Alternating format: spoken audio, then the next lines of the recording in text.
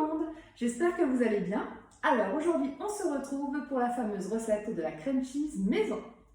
Alors de quoi avez-vous besoin? Donc d'un saladier, d'un égouttoir, donc de préférence qui se mette bien par-dessus le bol, d'un linge propre, donc là j'ai pris un torchon,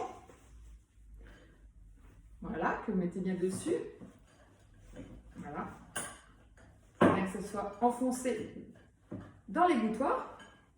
Et dedans, vous allez mettre donc du yaourt de soja.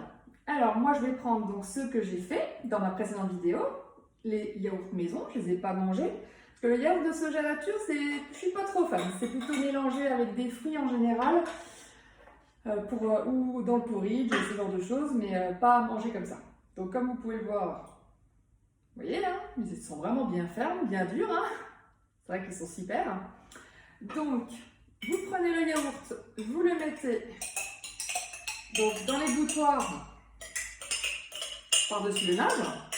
Voilà. Mais comme moi j'adore la crème cheese et mon homme aussi en raffole, donc ça part trop vite, donc je mets 2 fois plus de yaourt. Donc sachant que dans un pot comme ça, on m'avait posé la question dans ma dernière vidéo, il faut compter 300 g de yaourt. Donc là je mets 600 g, donc l'équivalent de 6 yaourts. Parce que ce qu'il faut savoir avec la crème cheese, donc comme vous l'aurez compris, c'est juste un yaourt qu'on va égoutter. Donc toute l'eau va tomber dans le saladier à travers l'égouttoir et le linge. Et donc à la fin, le yaourt qui s'est donc transformé en fromage va réduire de moitié. Ce qu'il faut savoir que dans un yaourt, vous avez quasiment la moitié en liquide. C'est énorme. Donc là, sur 600 g de yaourt, je vais obtenir environ 300 g de fromage. D'où les proportions énormes dès le départ pour avoir suffisamment de fromage. Voilà.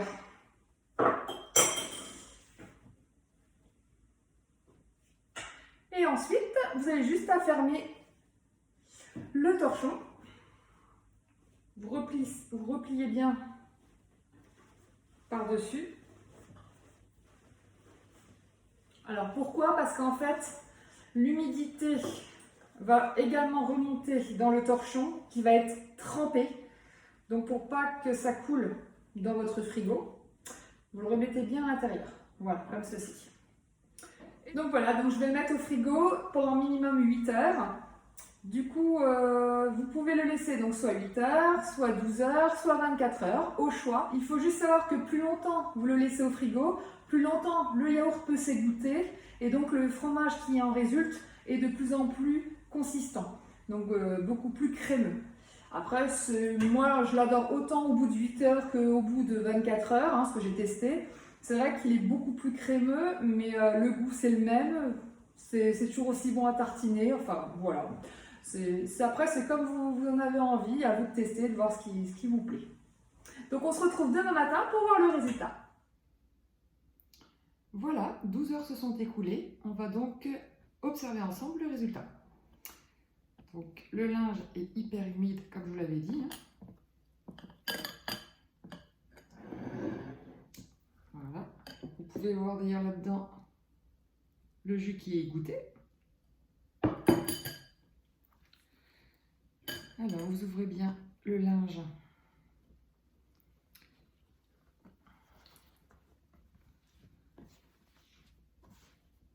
Et voilà le résultat.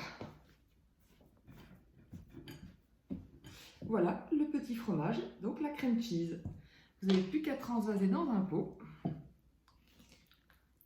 Vous voyez, c'est vraiment, voilà, du fromage. Donc voilà, j'ai tout transvasé dans le pot. Et pour que ça devienne officiellement du fromage, il faut rajouter un petit peu de sel. Donc on conseille normalement, si vous mettez l'équivalent de 400 g de yaourt qui donne 200 g de fromage, on vous conseille de mettre une demi-cuillère à café de sel. Après, je vous conseille d'en mettre un petit peu, de goûter et de voir si vous préférez que ce soit un peu plus salé ou pas. Donc on remue bien. Donc là, c'est de la crème cheese nature. Ça ressemble même d'ailleurs un peu au Philadelphia. Ou du Saint-Moré, par exemple, pour la texture. Voilà. il est bien crémeux après 12 heures laissé au frigo. Donc ça, c'est la base que j'ai créée. Vous pouvez créer plusieurs variantes. Ma préférée, c'est celle de Lloyd Lang. Elle met de l'oignon et de la ciboulette. Vous pouvez prendre ça en pot à épices, hein, vous n'êtes pas obligé de mettre du frais. À mon avis, avec du frais, ça doit être meilleur d'ailleurs, mais en épices, ça me convient très bien. Il y a une autre version aussi que j'aime beaucoup, c'est la sauce crémeuse sriracha. Donc en fait, c'est juste de la crème cheese et vous rajoutez un petit peu de sauce sriracha dedans. Ça vous fait une sauce légèrement piquante, un peu épicée et vraiment sublime. Surtout dans les burrito bowls par exemple. Voilà. C'est tout pour aujourd'hui. J'espère que cette vidéo vous a plu. Si c'est le cas, likez. N'hésitez pas à commenter et je vous dis à très vite pour une prochaine vidéo. Ciao!